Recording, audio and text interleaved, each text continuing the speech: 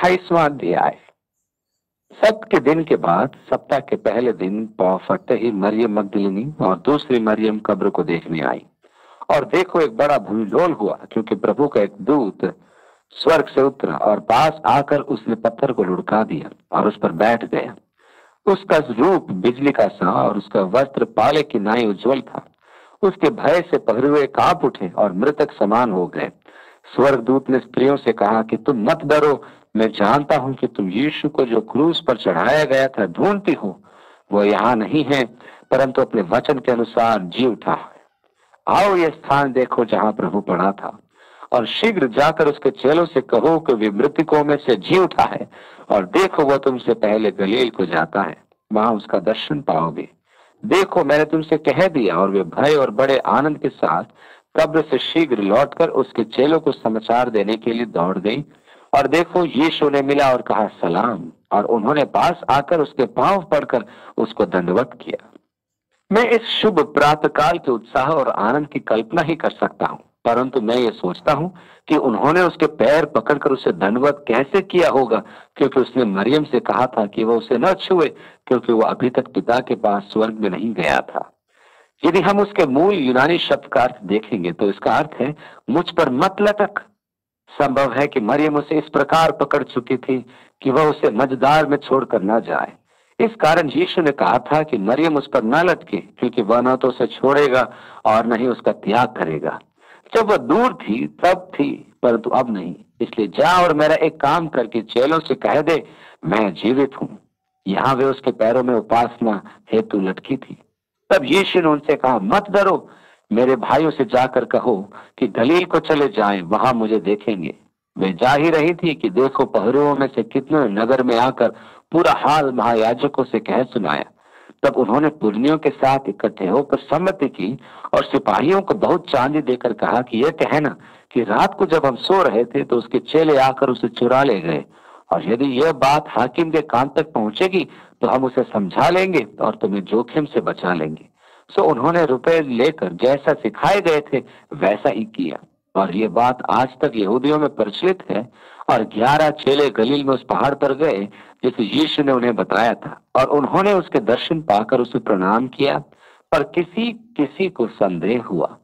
यीशु ने उनके पास आकर कहा कि स्वर्ग और पृथ्वी का सारा अधिकार मुझे दिया गया है। क्या आप कल्पना कर सकते हैं कि स्वर्ग और पृथ्वी का अधिकार क्या है? इसलिए तुम जाकर। विचित्र बात यह है कि वह कहता है कि सारा अधिकार मुझे दिया गया है, इसलिए तुम जाओ, परंतु उसने यह भी कहा कि वह उनके साथ रहेगा। जब वे संसार में परमेश्वर के प्रेम की उद्घोषणा करेंगे, परमेश्वर जगत की सारी शक्ति लेकर आपके साथ आपकी सहयोग हेतु विद्यमान है। ओह, कैसी शक्ति हमारे पास है कि हम भटके हुए संसार में पुनरुत्थान का प्रचार करें। इसलिए तुम जाकर और सब जातियों के लोगों को चेला बनाओ और उन्हें पिता और पुत्र और पवित्र आत्मा के नाम से बपतिस्मा दो। एक ऐसा मसीही वर्ग है जिसका नाम है ओनली जीसस, जिनका कहना है कि नाम में या सिर्फ यीशु ही, अतः केवल यीशु के नाम से बपतिस्मा दिया जाना चाहिए, वे लोग कहते हैं। परंतु यूनानी में इस प्रकार लिखा है कि पिता और पुत्र और पवित्र आत्मा के नाम के निमित्त। उनका सिद्धांत यहाँ बिल्कुल गलत है और उन्हें मानना सीखा वहां आगे लिखा है। ध्यान दीजिए कि यह एक आज्ञा है जिसका प्रत्येक कलीसिया को पालन करना अनिवार्य है। सब बातें जो मैंने तुम्हें आज्ञा दी है, देखो मैं जगत के अंत तक सदैव तुम्हारे संग हूँ। अफ्रीका या दक्षिणी ध्रुव तक ही नहीं, वरन समय के अंत तक, युगान युग। हमारे युग में भी यदि आप प्रचार करते जाते हैं तो वह अंत समय तक आपके साथ रहेगा। आरंभिक कलीसिया पिता जैसे यूसिफेउस तथा जस्टिन मार्टियर ने यह घोषणा की थी कि पिलातुस ने यीशु के क्रूसीकरण तथा संबंधित घटनाओं का वृत्तांत रोमी सरकार को लिखा था। वेटिकन पुस्तकालय में एक दस्तावेज प्राप्त हुआ जिसे पिलातुस द्वारा कैसर को लिखा पत्र माना जाता है। इसमें उसने यीशु के क्रूसीकरण की कार्यवाही में स्वयं की तथा रोम की भूमिका का वर्णन किया था। इस पत्र का नाम है एक्टी पलाते। यद्यपि इसकी प्रामाणिकता पर संपूर्ण विश्वास नहीं किया जा सकता, पर यह एक रुचिकर पत्र है। मेरे पास एक पुस्तक है जिसका शीर्षक है सनहेड्रिन के पुरातत्व एवं ऐतिहासिक दस्तावेज। और यहूदियों का तालमुड इस पुस्तक में एक्टी पलाते की प्रतीक दी गई है। मैं उसके कुछ अंश आपके लिए पढ़ना चाहता हूँ। ध्यान दीजिए कि यह पत्र शायद पिलातुस ने रोम के राजा कैसर को यीशु के बारे में बताने के लिए लिखा था।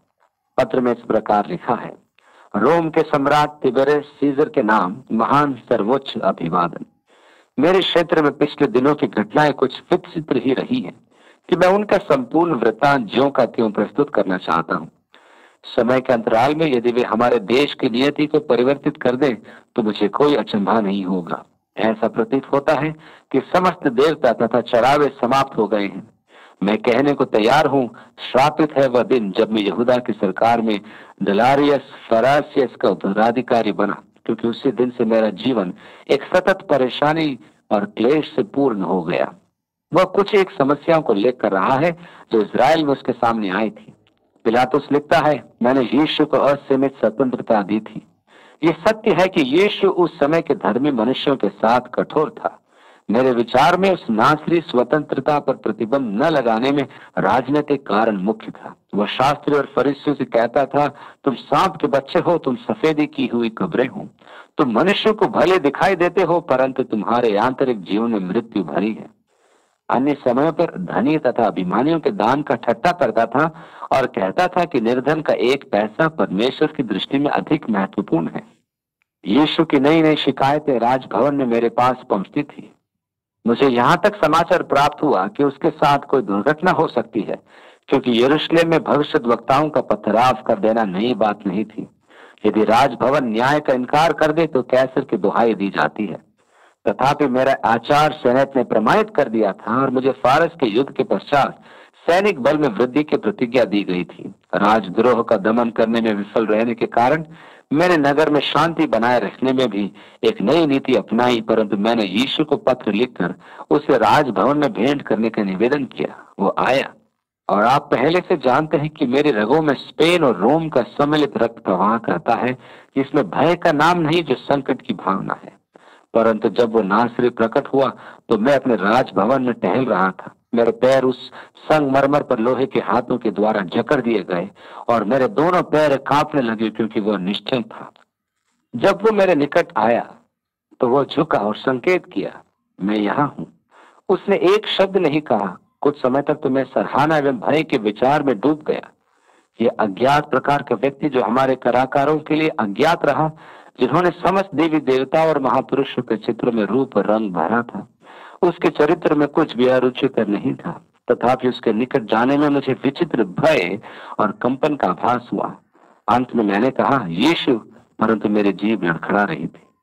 नासरतवासी यीशु, मैंने तुम्हें विगत 3 वर्षों में पर्याप्त स्वतंत्रता दे रखी है कि निर्विघ्न उपदेश दो और इसका मुझे पछतावा नहीं है।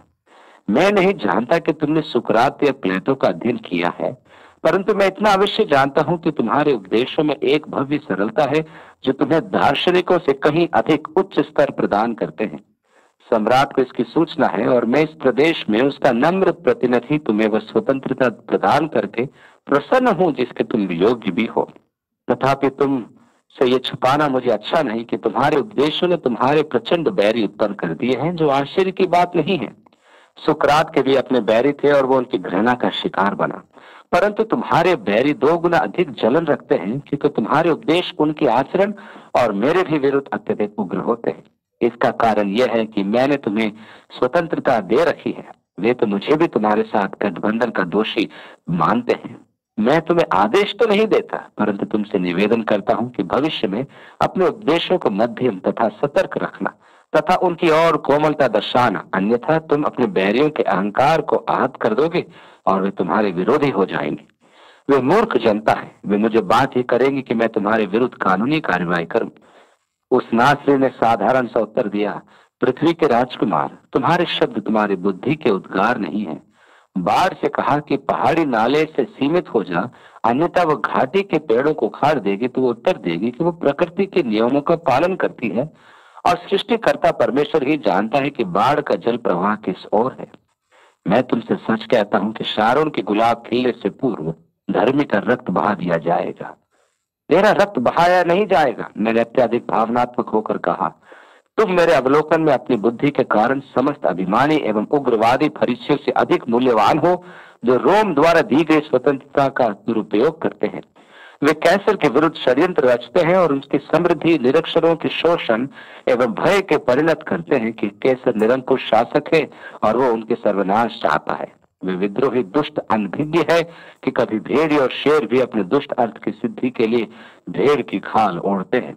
और वो वार्तालाप करता जाता है, परंतु मेरे विचार में रोचक अंश पुनरुत्थान का है, जिसके विषय में वो कहता है चिट्ठी में आगे, राजभवन में लौटकर मैं सीढ़ियां चढ़ने ही वाला था कि मैंने वहां उस नासरी के रक्त के धब्बे देखे। मैंने सितकार युक्त वृद्ध व्यक्ति को देखा, उसके पीछे अनेक रोमी रोते खड़े थे। वो मेरे पैरों में गिरकर फूट फूट कर रोया। किसी वृद्ध को रोता देखना कष्टदायी होता है। मेरे हृदय दुख से भर गया।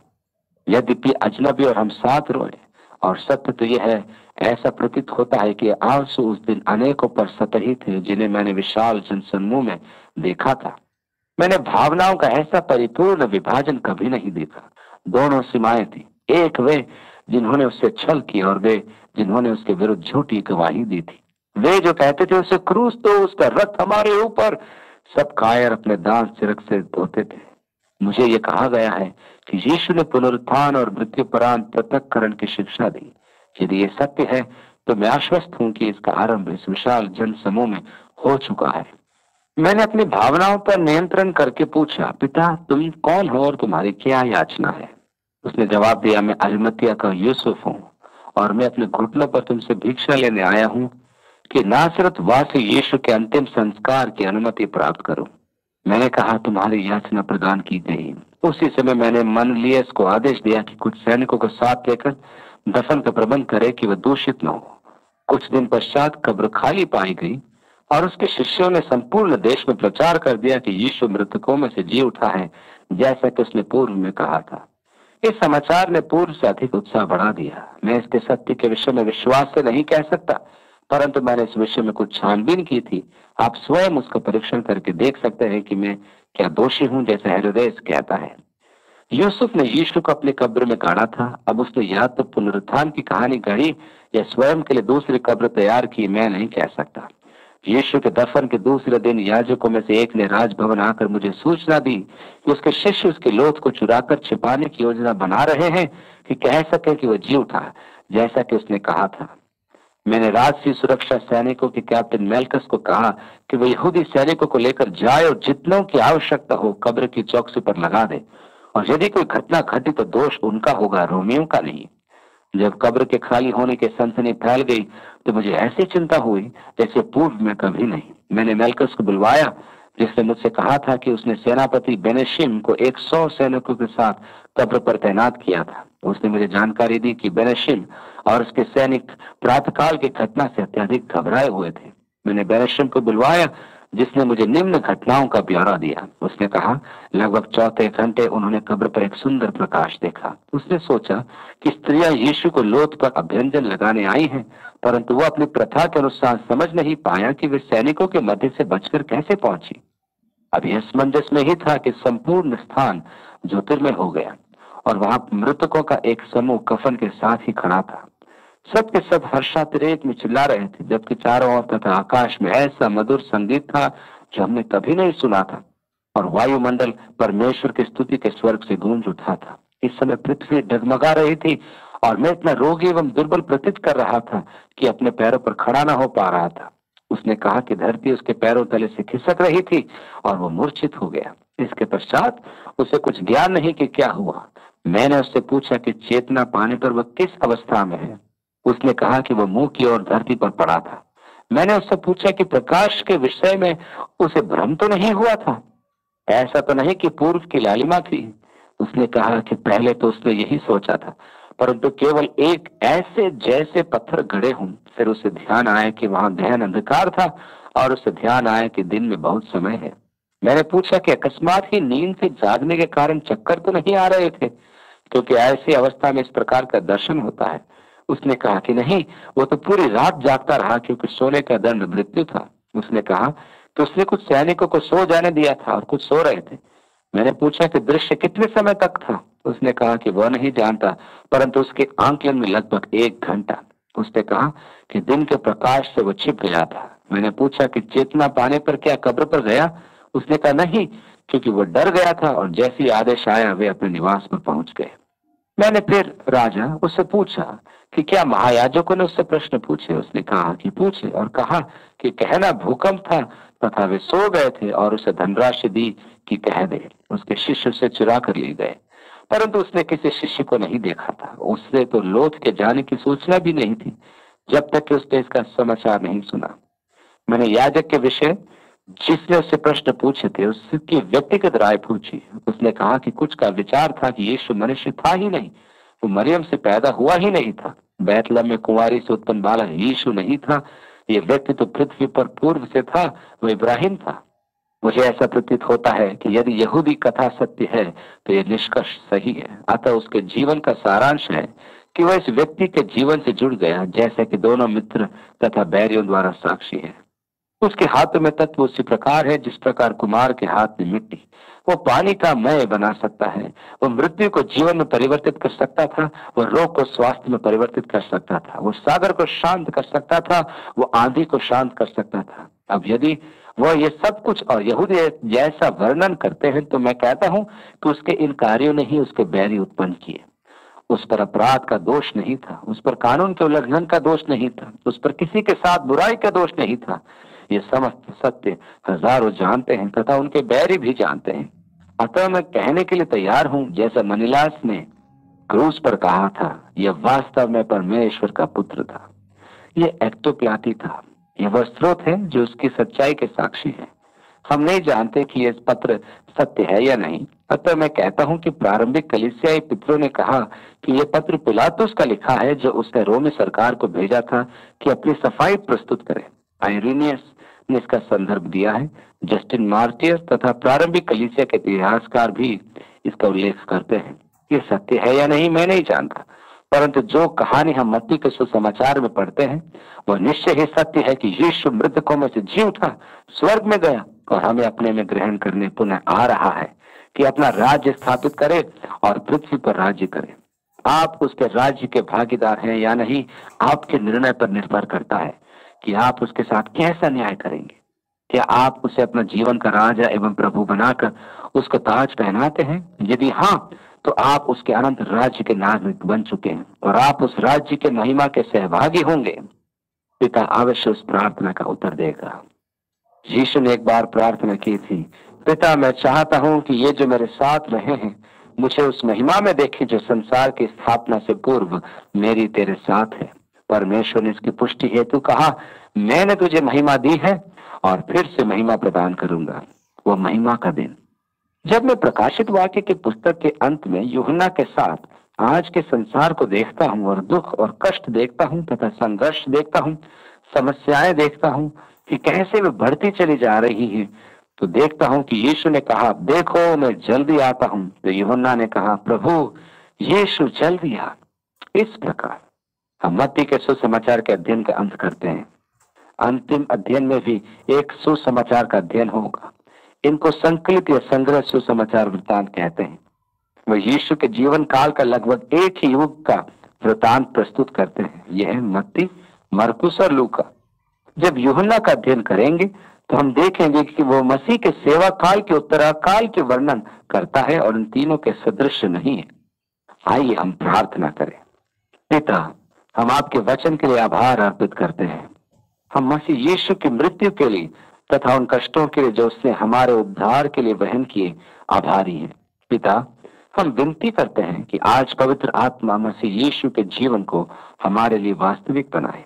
आज जब हम पिलातुस के स्थान पर खड़े होते हैं और यीशु के विषय में अपना निर्णय लेते हैं तो प्रभु हमारी सहायता कर कि हम संसार के दबाव में न आए, परंतु हम उस क्षीण वाणी को सुने जो तेरी आत्मा की है, कि हम अपने विवेक और मन का पालन करें क्योंकि तू सत्य और उचितता का गवाह है। और तब हम प्रभु यीशु की प्रभुता के अधीन संपूर्ण रूप से आरक्षण रहित समर्पण कर दें। उसके नाम में मांगते हैं, आमीन।